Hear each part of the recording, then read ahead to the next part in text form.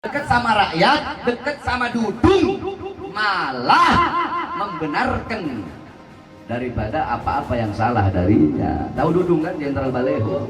Arab kau punya urusan, tapi jangan engkau bawa Tuhan. Itu namanya tamtsil, namanya tasbih. Ketika berkata Tuhan bukan orang Arab, Tuhan bukan orang. Dan masalah yang dilakukan oleh saudara Dudung Abdurrahman ini diketahui secara khalayak. Masalah akidah nggak bisa dibiarkan. Nggak bisa dibiarkan. Ini masalah akidah nggak bisa dibiarkan. Negara Bhinneka Tunggal Ika, Pak. Oh iya, Bhinneka Tunggal Ika harga mati. Empat fundamental dan Bhinneka Tunggal Ika harga mati. Pancasila harga mati. UUD 45 harga mati. Dan karena itu kepada para ulama-ulama yang ada tentu kewajiban kita menjadi lebih besar. Kenapa?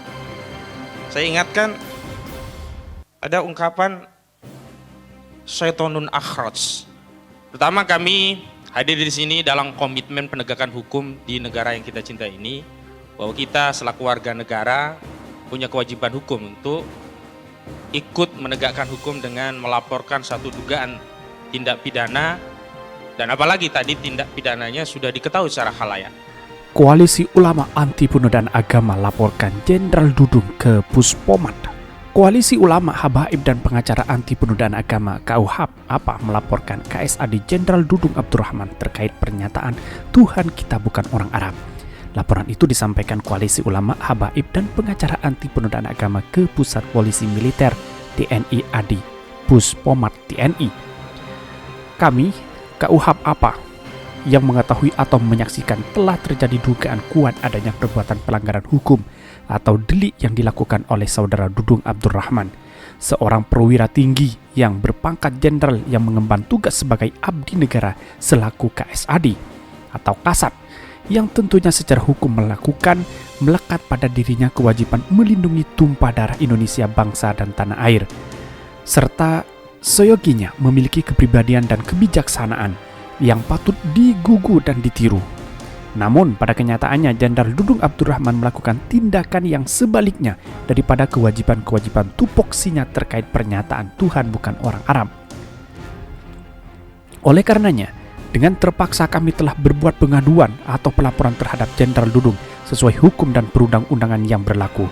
Apapun aduan laporan berikut pasal-pasal yang telah dilanggar kami buat lengkap melalui Puspomat dan Puspom Jakarta Pusat kemarin tanggal 28 Januari 2022 imbuhnya.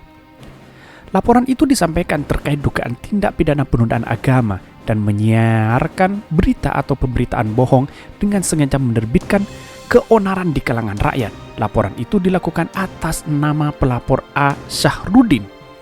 Adapun Dudung dilaporkan melanggar pasal 156 KUHP, pasal 156A KUHP, pasal 14 dan pasal 15 Undang-Undang RI nomor 1 tahun 1946 tentang peraturan hukum pidana. Laporan tersebut terkait dengan pernyataan Dudung di dalam video yang dipublikasikan di podcast YouTube Deddy Corbuzier berjudul Seram Naik Darah Saya, Ini NKRI Bung. Video tersebut dipublikasikan pada tanggal 30 November 2021.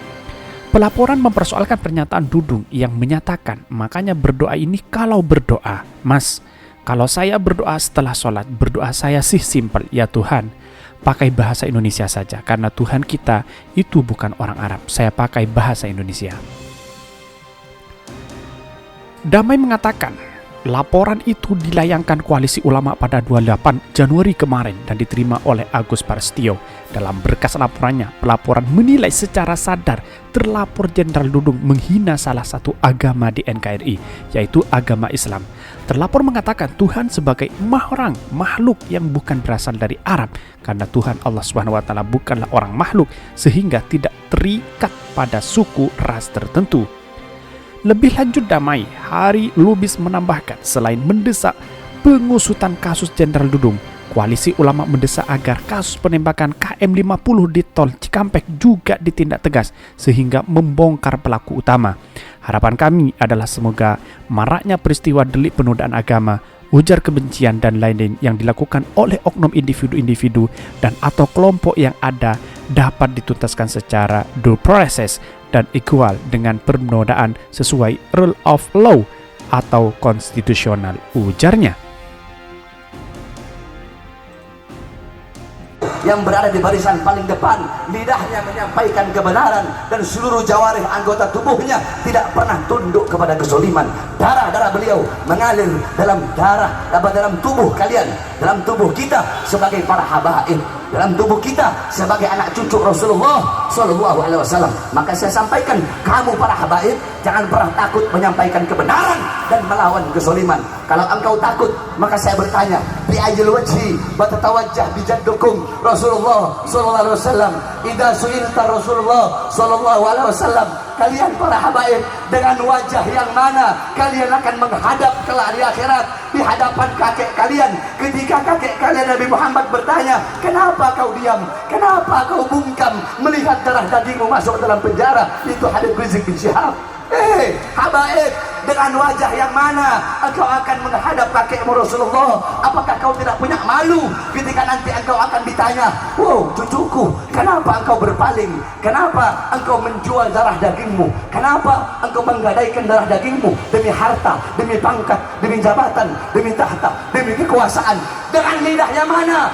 Bi'ayil lisan, dengan lisan yang mana? Hei para habaib, dengan lidah yang mana, dengan lisan yang mana engkau akan menjawab pertanyaan-pertanyaan daripada Rasulullah Sallallahu Alaihi Wasallam? Kau punya kakek kelak di akhirat.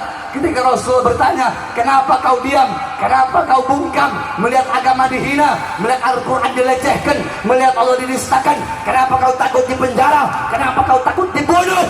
Serahkan telah aku wariskan kepadamu darah dagingku. Bi'ayil wajh, bi'ayil lisan, dengan wajah yang mana, dengan lisan yang mana kelak kita akan berhadapan dengan kakek kita Rasulullah SAW.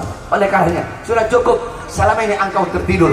Saudara-saudara, dari generasi ke generasi pasti ada para habaib-habaib yang selalu memperjuangkan kebenaran, yang selalu melawan kezaliman. Dulu ada Habib Saleh bin Ahmad bin Jindan, terus dilanjutkan oleh Habib Naufal bin Jindan, dilanjutkan ada Habib Fahmi Al-Idrus, dilanjutkan Habib Rizik bin Syihab. Sekarang banyak para habaib-habaib. Nah, tetapi saya lihat udah 3 tahun ini semenjak saya masuk penjara, Habib Rizik ditahan, 6 laskar FPI dibantai, semua habaibnya diem, semua habibnya cari aman.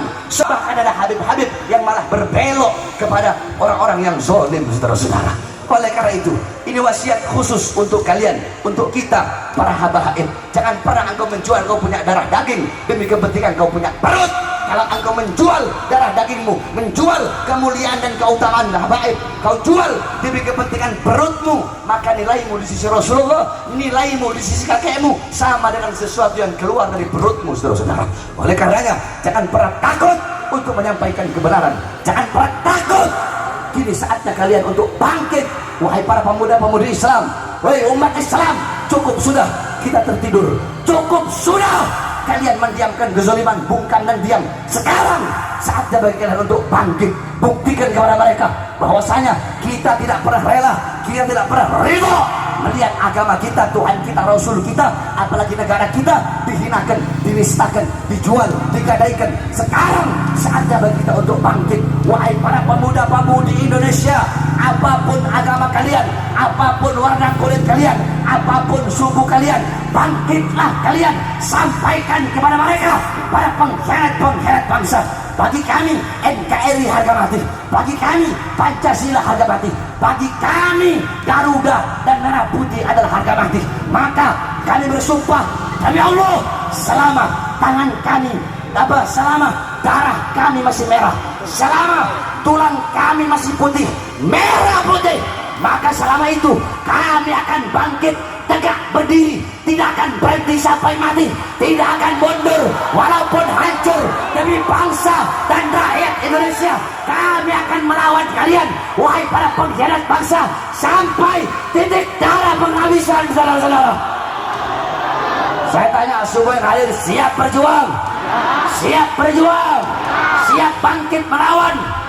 Apa yang kita lawan? Yang kita lawan kezaliman, yang kita lawan ketidakadilan, yang kita lawan mungkarat, bolalat, sayyiat, mukhalafat dari manapun datangnya, saudara-saudara. Sebagaimana yang engkau tahu bahwasanya saya telah dilaporkan, saudara-saudara. Saya dilaporkan ke Polda Metro Jaya.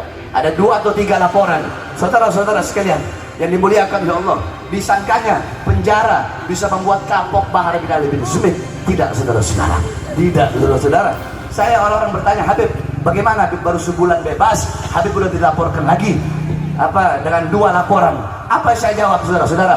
Saya jawab, jangankan cuma 2 laporan, jangankan cuma 3 laporan, walaupun 1000 ada laporan tentang saya, demi Allah sejengkal pun saya tidak akan pernah